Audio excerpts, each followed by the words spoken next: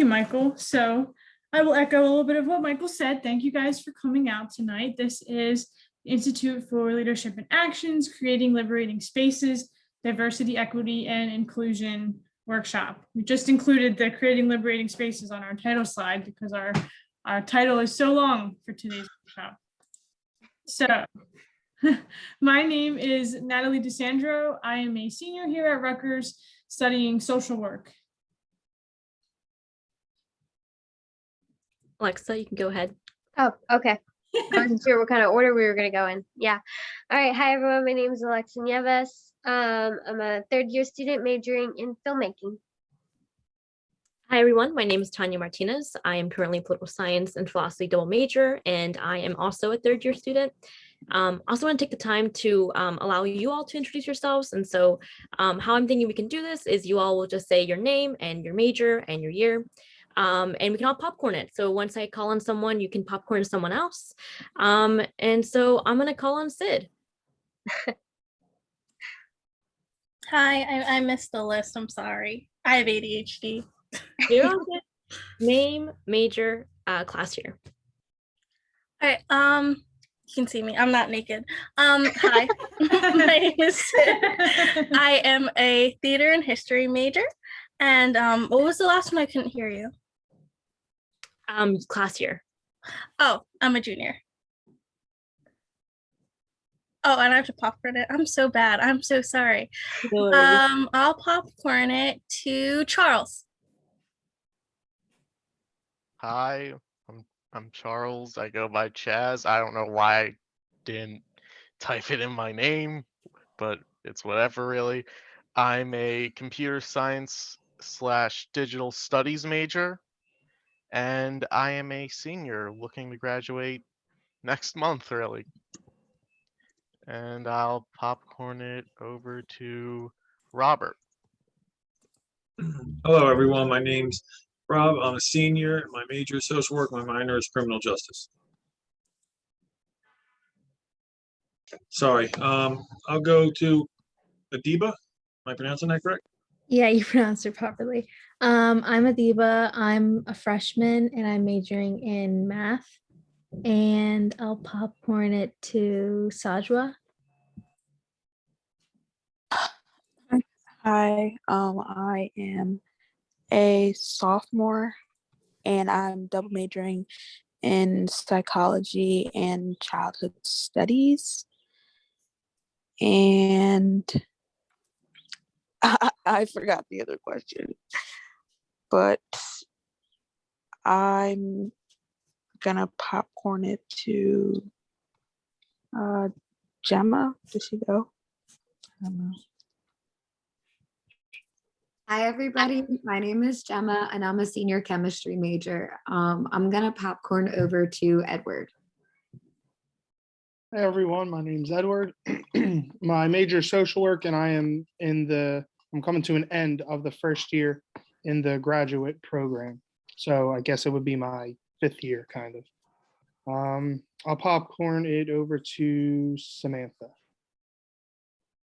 Hi, my name's Sam, and I am a senior psychology and childhood studies major. And I think that's everybody. I don't know if anybody else hasn't gone. I think Danielle.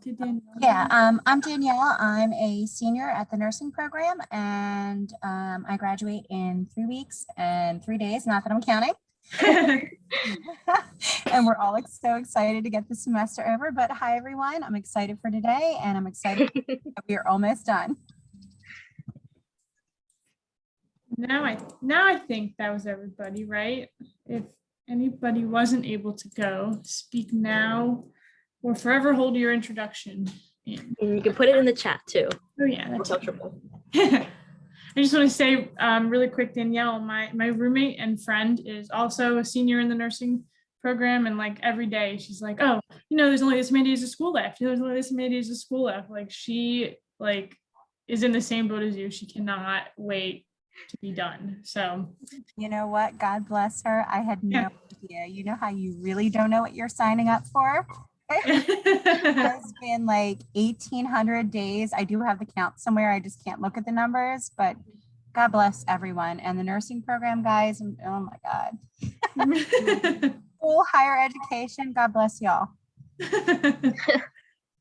True. Thank you, everybody, for introducing yourself. I want to move on to our objectives for today. We're going to define and explore concepts of diversity, equity, and inclusion. We're going to discuss some different types of diversity. We're going to connect these topics to our own practice of leadership. We're going to then practice our understanding with an interactive activity. And lastly, we're going to close out with a discussion about diversity, equity, and inclusion in our own lives. So first, I wanted to do a little icebreaker and ask you guys what you think is the difference between equity and equality. So they're very similar words, but they have different meanings.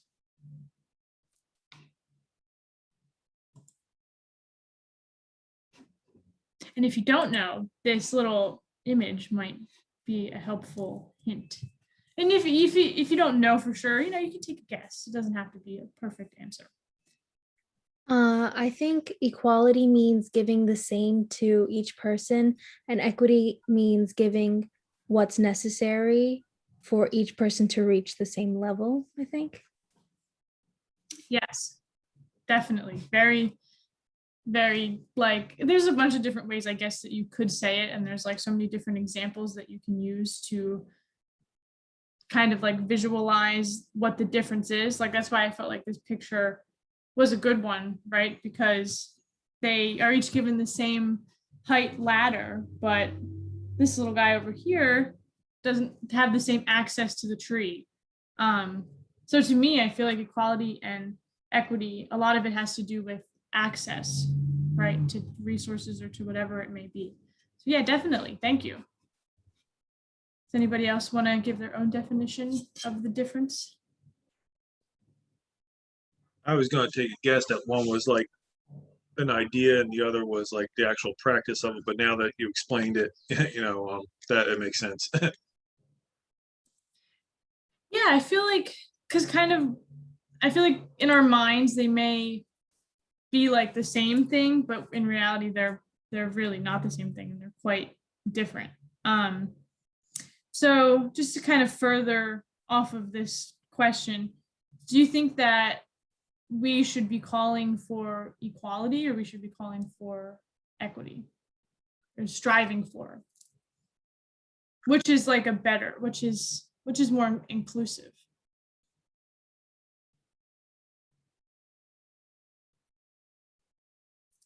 Equity.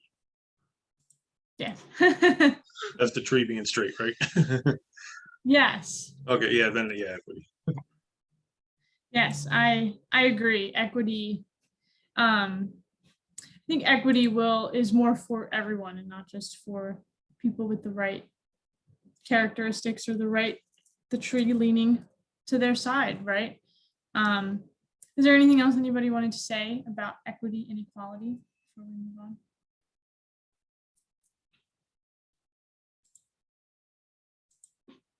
Okay, so gonna throw some definitions at you. I know this looks like a lot of words, but we're going to unpack it. These are some good definitions that I came across for diversity, equity, and inclusion, because these are some pretty big concepts. So as we're going through tonight's conversation, it'll be good to keep these definitions in mind. So diversity is the presence of differences that may include race, gender, religion, sexual orientation, ethnicity, nationality, socioeconomic status, language, disability and ability, age, religious commitment, or political perspective. I felt like this list was very comprehensive, but there's still even more, right? Like, this is comprehensive, but then there's just so many different ways that we can be different and diverse but this one I felt like kind of went through a lot of the different categories of diversity. So populations that have been and remain marginalized in the broader society. So certain categories of diversity will lead those people who identify within those categories to remain, who have been in the past, and then will continue to remain marginalized in the broader society, depending on the categories that you may belong to. Then we have equity. Equity is about promoting justice, impartiality, and fairness within the procedures, processes, and distribution of resources by institutions or systems. Tackling equity issues requires an understanding of the root cause of outcome disparities within our society. So I really like that last sentence, because to really tackle the issues of equity, we need to have a deep understanding of why these issues are in existence in the first place, or we won't really be able to, like, let me go back to this picture of the tree of our little equity example. If we were to say, okay, in this example, the problem is that he's not wearing high heels or something like that, like something within himself and not with the tree not being bent in his direction, it wouldn't really be getting to the root cause of the problem in this cartoon scenario, right? So we have to make sure that we're focused on what these root causes are in order to try to bring more equity into our institutions and processes. So lastly, we have inclusion. Inclusion is an outcome to ensure those that are diverse feel and or are welcomed. These outcomes are met when you, your institution, and your program are truly inviting to all. The degree to which diverse individuals are able to participate fully in the decision-making processes and opportunities. So once again, I really like that last sentence, because we want to make sure that we are including a wide variety of diverse individuals, and we can use this, this big laundry list of different ways we can be diverse. We want all of those people at the table when we're making decisions at the highest levels, right? Because those decisions do affect our day-to-day lives. So to be able to have as many diverse individuals participate in the decision-making process is extremely important. And that's what inclusion is all about, and diversity and equity. So I'm going to turn it over to Alexa to talk a little bit about some of the different types of diversity. Whoopsie daisy. Okay, I forgot that I was muted. Thank God that thing pops up where it's like unmute. Okay, so different types of diversity.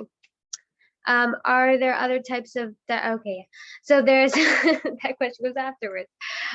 So there is gender diversity, there's cultural diversity, religious diversity, sexual orientation diversity, age diversity, and ability diversity. So I think we can definitely recognize more and more as time goes by that gender diversity and sexual orientation diversity really, and the same with disability diversity, it's all like on a spectrum, and people can fall in different parts of that, and there is no like specific definition to any of these things.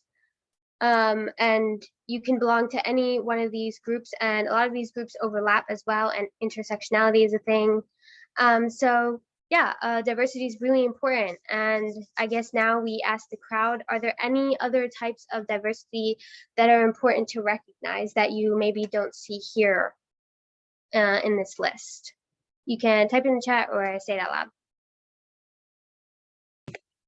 Justice involvement. Okay, yeah, there's racial and ethnic diversity. Rob, what did you say again? It like slipped my mind. Justice involvement. Justice involvement, yeah. I guess, I don't know, I'm kind of thinking, what's it called, like socioeconomic diversity, including people that like experience homelessness as well, always have to take into account those people. Anything else? Body type, that's a really good one. Yes, a lot of people overlook that. The fact that different body types exist, and often there is a lot of discrimination, especially with like fat phobia, very unnecessary challenges that people face when they're heavier set, like some Sometimes there's even issues in schools, like if the desks aren't wide enough for them, you know, like just have wider desks so it can include people of larger sizes. Any other suggestions that people have? I think we're getting a lot here. No, I guess not, because you moved on to the next slide. Mental health status. Yeah, that's a good one, Michael. Definitely. For some reason, my chat wasn't like telling me that I was getting chats. So I thought, Alexa, that you were just like saying those. I was like, oh, I'm saying anything, but now I see. Yeah, no, I was reiterating Sid and Michael from the chat. But yeah, I think we've gotten a lot here, and I think we recognize that there's just so many different forms of diversity that we need to take into account, and so many of them are often overlooked, but they're all equally important. So we can move on to the next one. Implicit bias and microaggressions. Neurodiversity, yeah, is like, I would say that counts under ability diversity, and neurodiversity is a disability, so disability diversity, I guess. I honestly, I haven't really heard of ability diversity, if I'm being honest. I don't know what specifically they mean when they say ability diversity. They just mean like disabled people?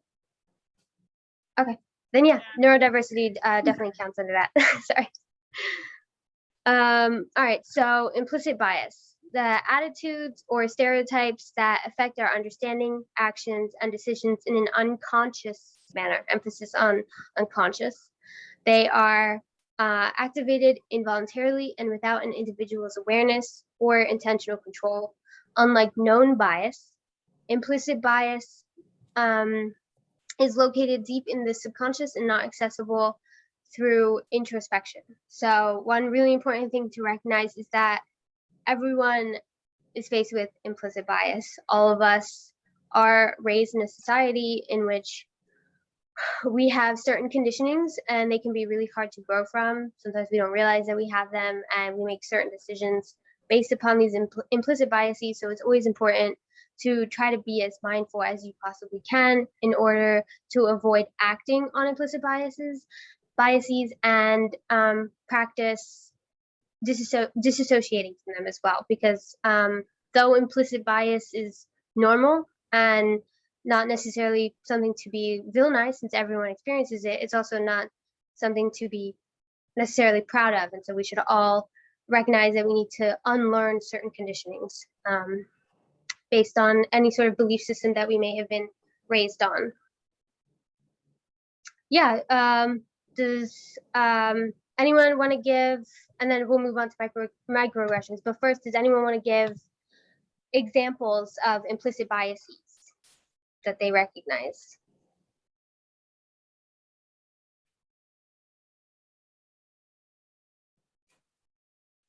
I mean, it could happen in like hiring, like selection. I guess.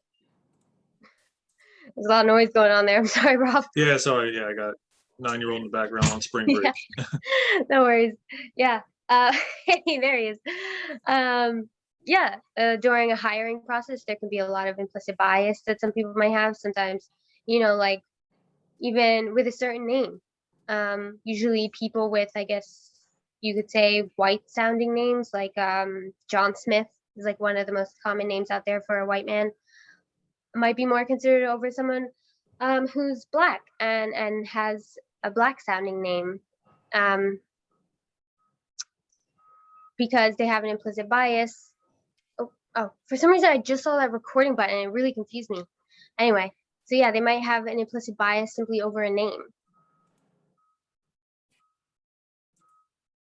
Any other examples?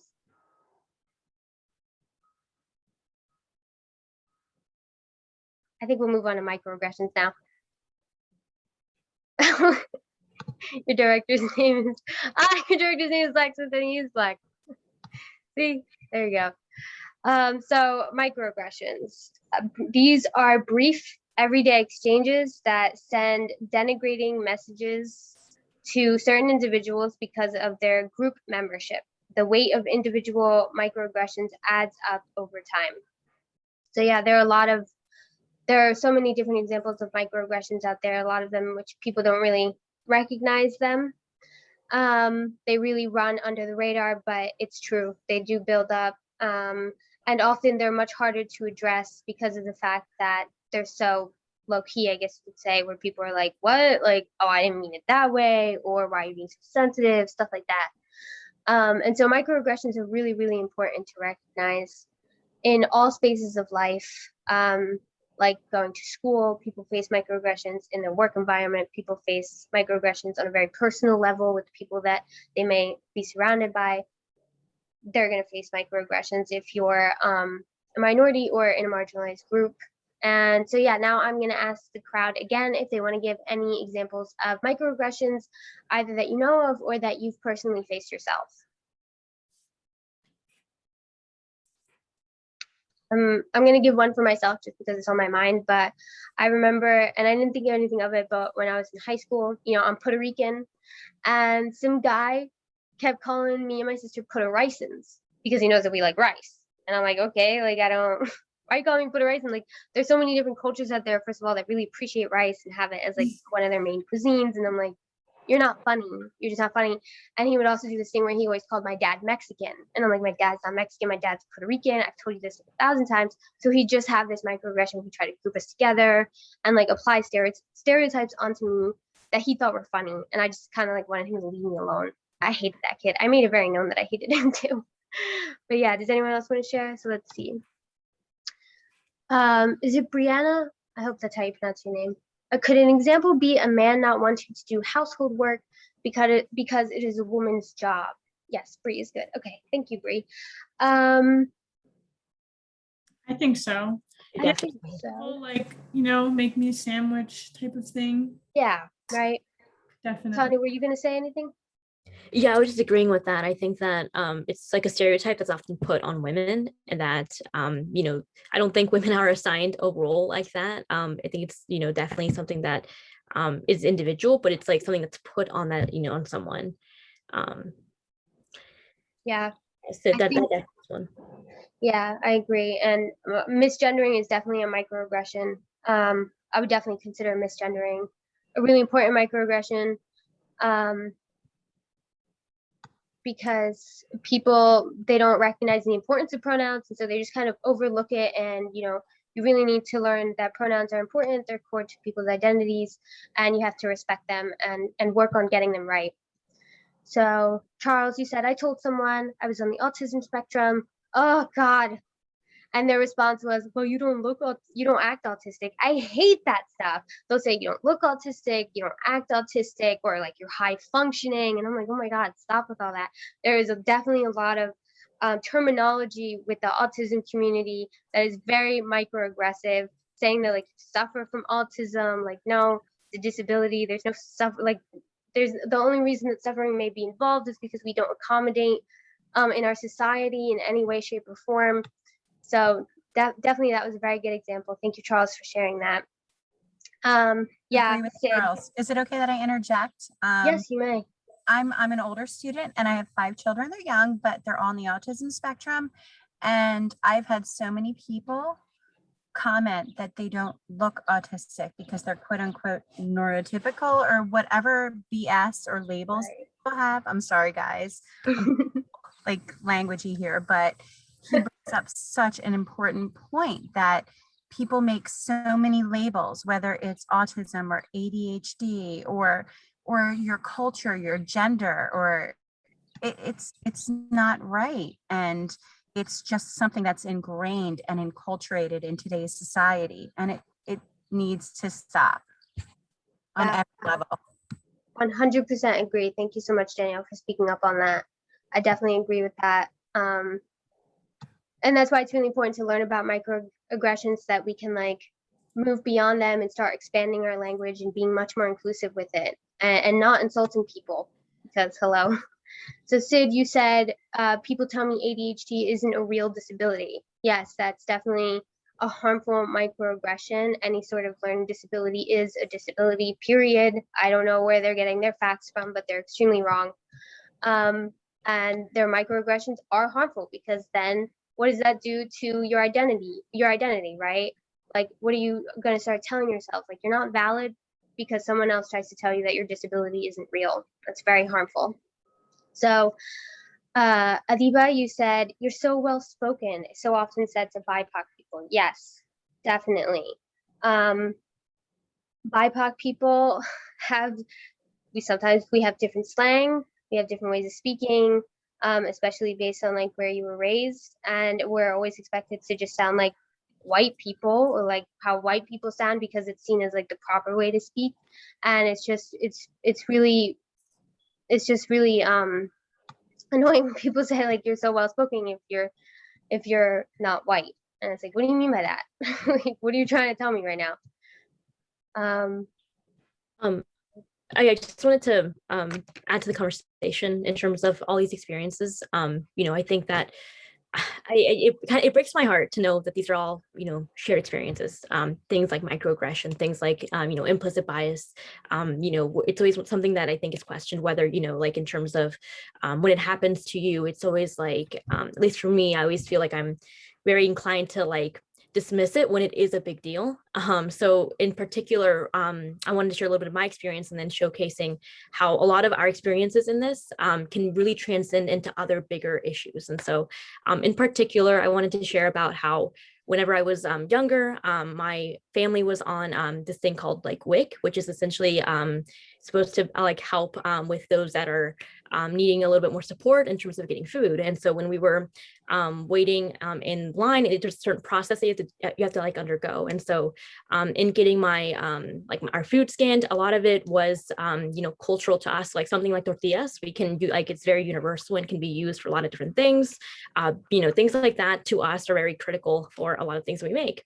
Someone behind us made a lot of comments being like, oh, you all are taking advantage of like, you know, the government like money or whatever, and just kind of like expressing how we're buying things that are luxury items when tortillas are not luxury items. They're very, you know, universal. And I really wanted to say something because at that point I was very like in my rebellion phase. I was like, you know, like that teen, my mom was like, don't you dare say anything. And at the time I was just like so mad, I was like holding back. But looking back, like I'm glad that she said something, because if I had said something like, where I live, there's a lot of individuals that are, you know, very like so racist to the point that if you speak up to them, they could attack you. And it wasn't uncommon for that to happen. And so my mom was like, had that fear that if I said something, it would cause them to be aggressive. Looking back, they were like, their demeanor, the way that they, you know, seemed to really be, it was very aggressive. And there has been a lot of, you know, hate in my community in that sense. And so in that way, a lot of these microaggressions, a lot of people with, you know, different things that affect them, they're put in a situation where they feel like they can't, you know, do anything, especially with the rise of hate that's been happening in the country in terms of the Asian American community. If something like that happens, they have to keep their head down because they're worried that they're going to be the next victim. And that's heartbreaking. And so I wanted to share this article as well from my, again, this is just local to me, but in my old school district, a teacher was comparing the student to an individual that's from the Marshallese community. And the Marshallese community is very specific to my area because basically it's the Marshall Islands, a lot of them came to the US and whatnot because the US destroyed their home, which is a whole nother problem in itself. But because they came here, they have a different culture than, you know, in like as many, you know, cultures are different. And in that culture, if a teacher or someone of authority is yelling at you, it's respectful. It's a sign of respect when you don't make eye contact, like you kind of look down to show respect. And so a teacher was yelling at a white student and saying, why aren't you like looking me in the eyes as I yell at you? You're acting like a Marshallese student, and kind of like demoralizing, demeaning the student, using and comparing them to other kinds of students based on their culture. And that's a form of like really just, you know, in that authority of like, that is a teacher, that's an authority figure, propelling a microaggression in front of a whole classroom of students. That makes a huge impact in terms of, you know, and so I think in terms of like leadership, in terms of positions of power, you can see how microaggressions really make an even bigger impact. And I think in each case, yeah, exactly. And so in each case, it can become even more amplified. And so that's why these conversations are so important. Yeah, definitely. I think microaggressions are harder to address And then that's definitely why they just like keep adding on, and it just builds and builds the pressure. Like, you know, a lot of the times these people don't understand what they're saying is wrong. And so it's really hard to correct them on it. But that's why it's really important to learn about what a microaggression is, because a lot of people don't even know what microaggression means. So it's really important to have spaces like these where we teach it. Danielle, you said absolutely. It's like telling a boy that only girls cry, for lack of a better example. Yes, exactly. That's definitely another big one. See, we have ones that apply to disability, race and ethnicity, gender, sexuality, all across this marginalized spectrum. All right, we can move on to the next slide now, Natalie. All right, connection to leadership. I just heard my cat meow and it like really distracted me. Pluralistic leadership. So heterogeneous groups of people working together to accomplish change. Yes. Enhanced when a person understands, develops an appreciation for, and possesses the skills needed to communicate across borders and come to common understandings.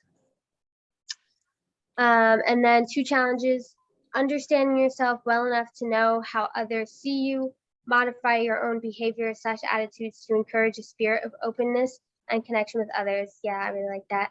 And then engage in the hard work of understanding others so that together you can form community and engage in coalitions for group change.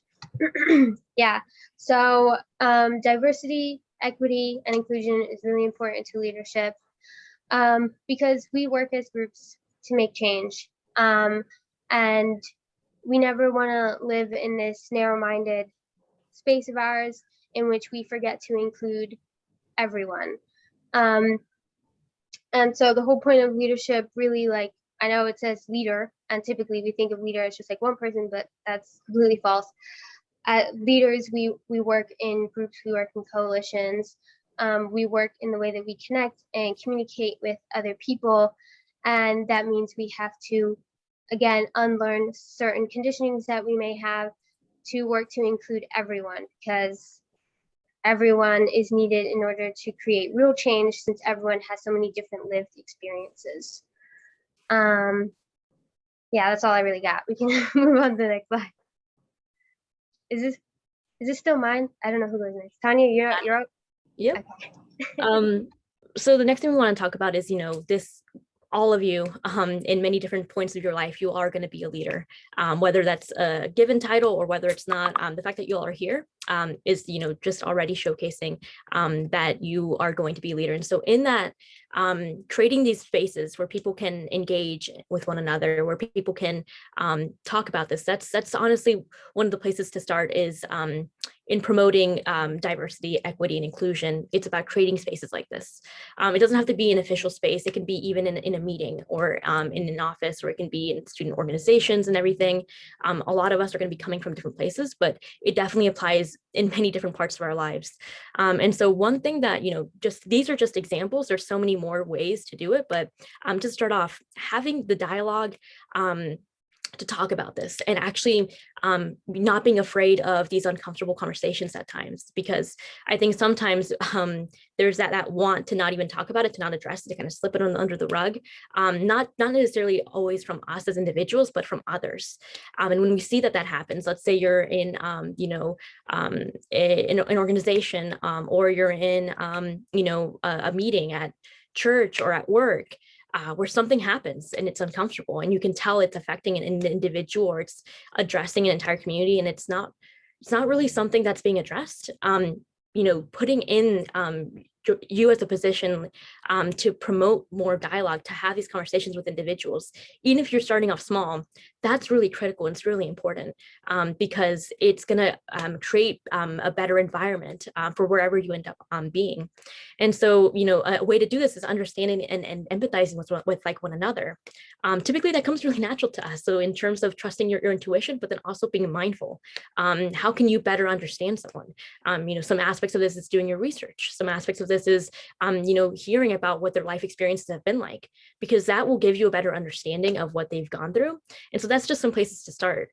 And then another thing is encouraging others to be, encouraging their individuality, because at the end of the day, we as humans, we're all beautiful in our own ways, and whatever makes us unique, that is what makes us really incredible. So encouraging that, especially if you're in a position of power, allowing those individuals to have freedom within their individuality, and thinking about ways, and doing some critical thinking about how you can encourage that, because each situation you're in is going to be different, but being mindful of it is like the best place to start.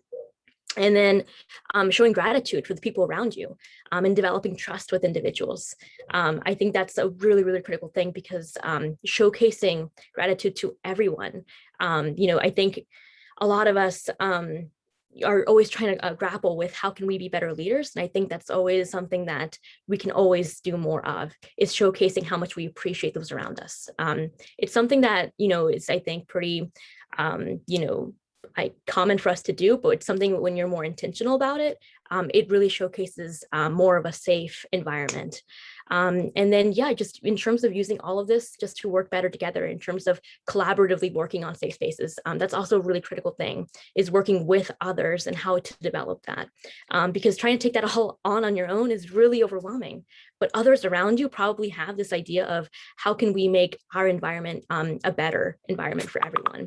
And so that's just some things to start off with, just to get your mind thinking, because that's really, really critical in terms of promoting diversity, equity, and inclusion. Next up we have an experience. Actually, you're right. Do we have any questions? Let's start there. We did throw a lot of information at you, so we should slow down and take some time to, in case any of you do have any questions.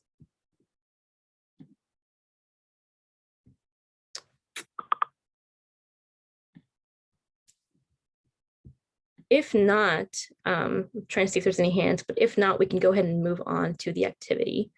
And so this activity, I've done something similar to this one time before, and we did it with like a deck of cards. And so basically you would have like a number and it would be on your forehead. But basically how this activity is going to work is that we are going to showcase what it's like when we don't have diversity, equity, and inclusion.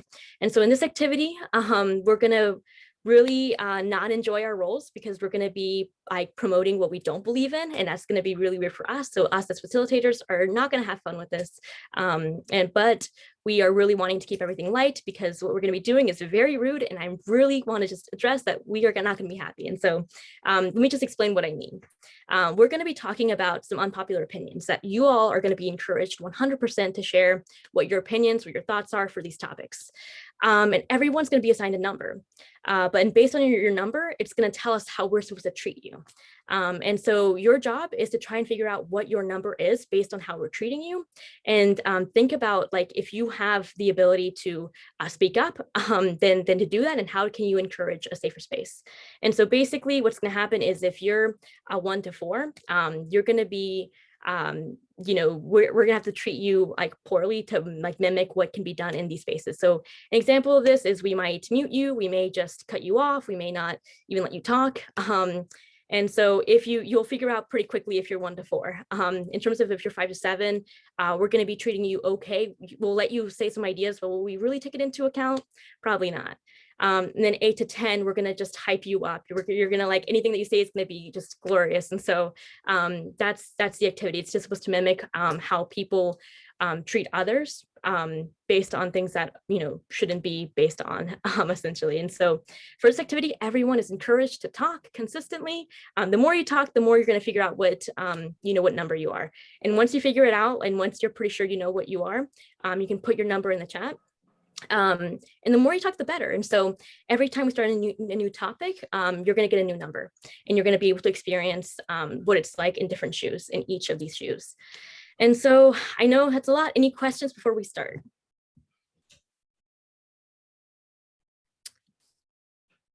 All right. If not, I think we can go ahead and get started. So the first topic is: a period at the end of text messages adds aggression. What is everyone's thoughts on that?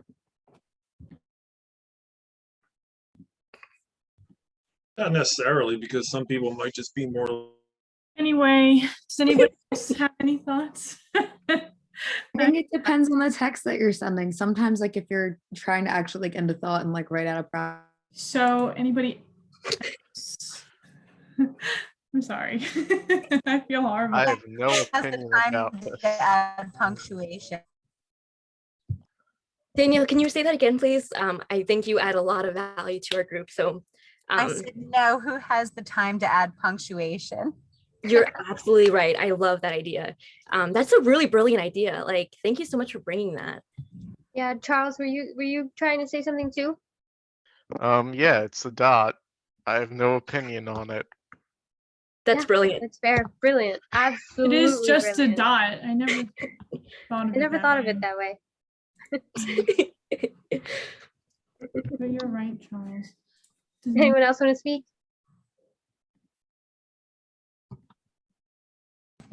I just feel really special and valued right now. I'm so happy. That was our intention. Wait one You sec. think you know what group you're Karen, in? I feel super valued. This never happened in my life. Oh.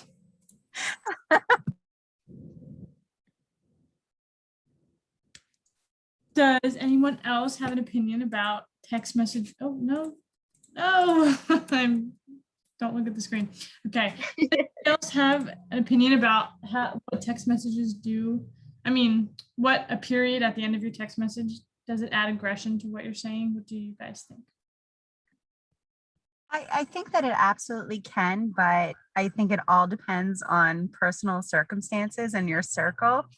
And like I said before, when we were doing it, who does have time for that? We're all students. Nobody has time. You add punctuation accordingly, but otherwise, no, it's erroneous. Yeah, definitely. Anyone else have anything that they want to add? In the chat as well.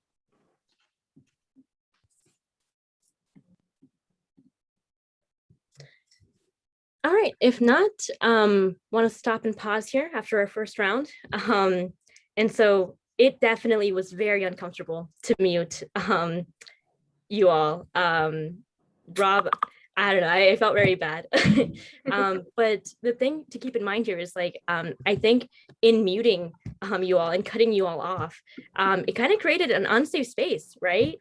Like, I'm assuming some of you may not like want to like unmute because you all don't want to be in a position where you're going to be cut off or you're going to be just not allowed to talk. So we're going to shuffle it. We're going to change the groups that you all are in. Anyone have any thoughts on how it felt to be cut off, how it felt to kind of be hyped up? What's that experience? What was that experience like for you all?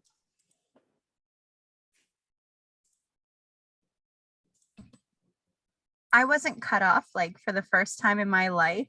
No, I'm just saying, but just listening to other people being cut off felt really uncomfortable and felt like they were just completely disregarded. And I know it was just an activity, but it really did feel awkward. Yeah, for sure. And I think that for the second part, yeah, very frustrating. For the second part, if you all are in a position where you know very quickly that you are of a higher number, what is it that you can do to like to facilitate a better conversation? That's like my next challenge to you all. In this activity, that's, we're going to see if that can be facilitated, if you all can navigate, us, because even though we are in that position, having those conversations may be helpful. So we're gonna do a little bit of practice on that. And so the next one is going to be the show Friends is Overrated. And so you can go ahead and unmute and start talking. I agree that it's overrated because I've never seen it before, and if it's so great, then how come I never saw it? Yeah, that's a fair point. I second this. I think Friends should be removed off of. Anyone else? Robert, how have you never seen it? They play it on Nick at Night literally every night at like 9 o'clock. Never had any interest, I guess. I don't know. Just never pulled me in, I Fan of guess. Friends. Gemma, that was a really, really good point. Thank you. It's still a shame that they took it off of Netflix, though, for sure. It's the same thing over and Anyone else have anything that they want to add?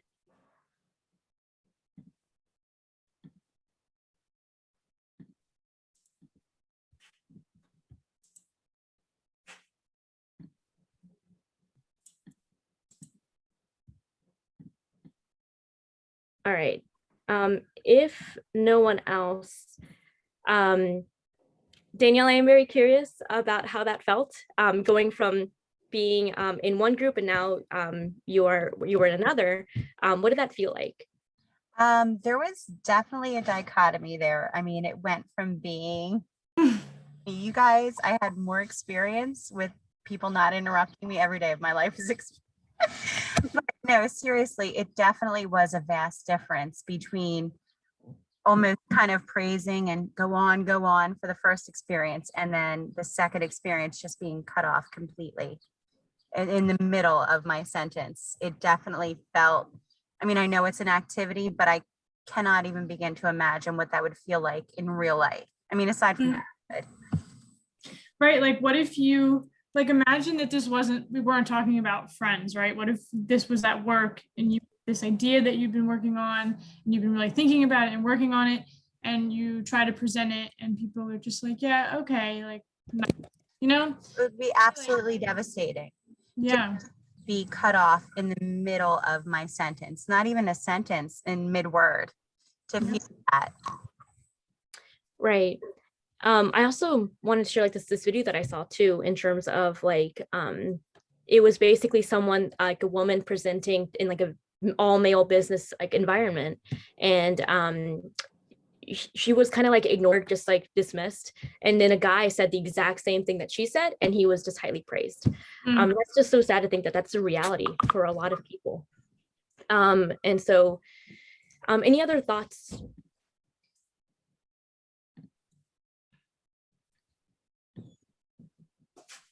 All right, well, if not, we can move on. We are almost out of time, so we can move on to the next discussion.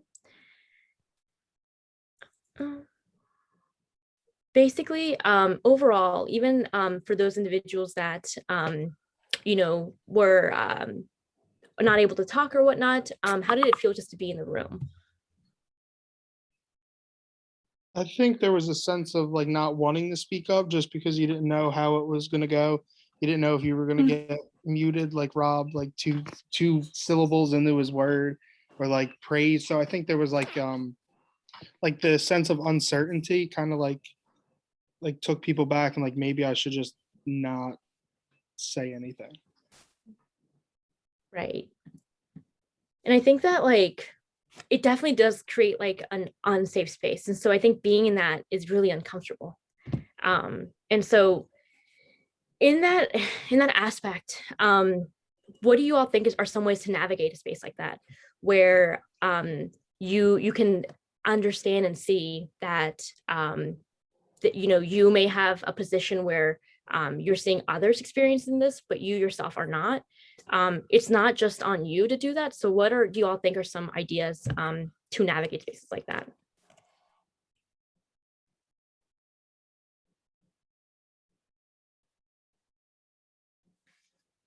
So I think to put this into like context of this like specific activity that we did, so Danielle, on the very first one, we were like, yes, you are so right. You're great. And we like silenced Rob immediately. What do you think, like, you like in a, let's say in like a real scenario, maybe like, could you have said as part of your response, like, hey, like, I noticed that like Rob didn't, you know, get a chance to speak, or that he was like, you know, kind of bulldozed over. Like, how do you think, or anyone really, I'm just using Danielle and Rob as an example, but how would you be able to like work the inclusion of others in the room into the time that you do get to speak?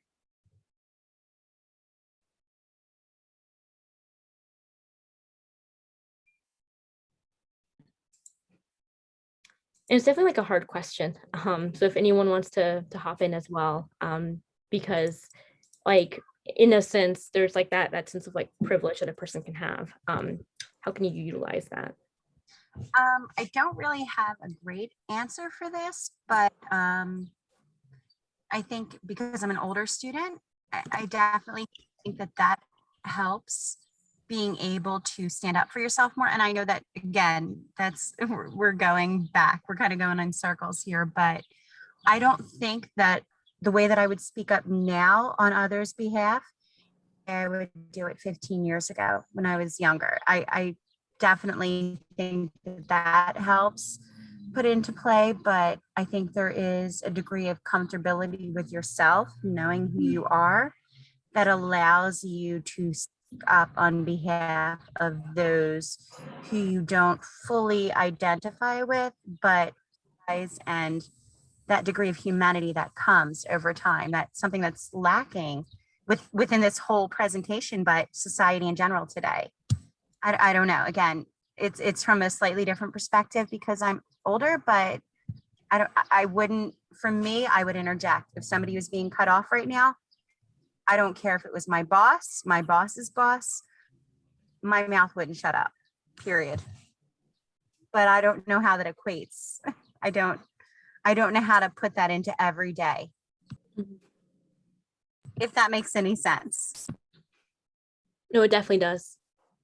I think that like oftentimes people that are, you know, cut off in a situation like that, they may, you know, feel awkward, but they may not know how to respond. So I really think that, you know, your experience in life and, you know, and being able to do that is already like 100% already ahead of the curve. But in terms of applying that, I think it's just being aware of what's going on in society. I think that's just like a good place to start, but it's oftentimes kind of hard. And this is definitely like a hard subject. You're absolutely right. You're absolutely right. But you guys are just, I'm like impressed as I sit there and watch you guys. I'm like, oh my God, they're so well versed. From an older point of view. Not a mom yet.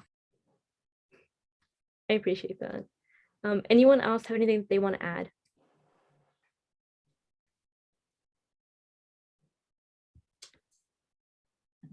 All right, well, if not, we have 2 events that are upcoming. So I'm going to let someone else speak about them. Okay, so next week we have a panel of students, an Ask a Student panel about undergraduate research and some of the experience that these students have had doing research in during their undergraduate career. So it'll be just like today, Tuesday at 5 p.m. Of next week, and also on Wednesday during free period at 11:20. That's the 13th and 14th. And then the next week, the 20th and the 21st, we have another workshop about the art of influencing others. So same deal, Tuesday at 5 and Wednesday at 11:20. Just wanted to put our resources on the screen for the creation of this workshop. And I wanted to say thank you guys so much for coming out and participating and for letting us mute you or hype you up or just say, okay, thanks. So no, I just appreciate you guys coming out and I hope you have a good night. Yeah, thank you everyone for being here.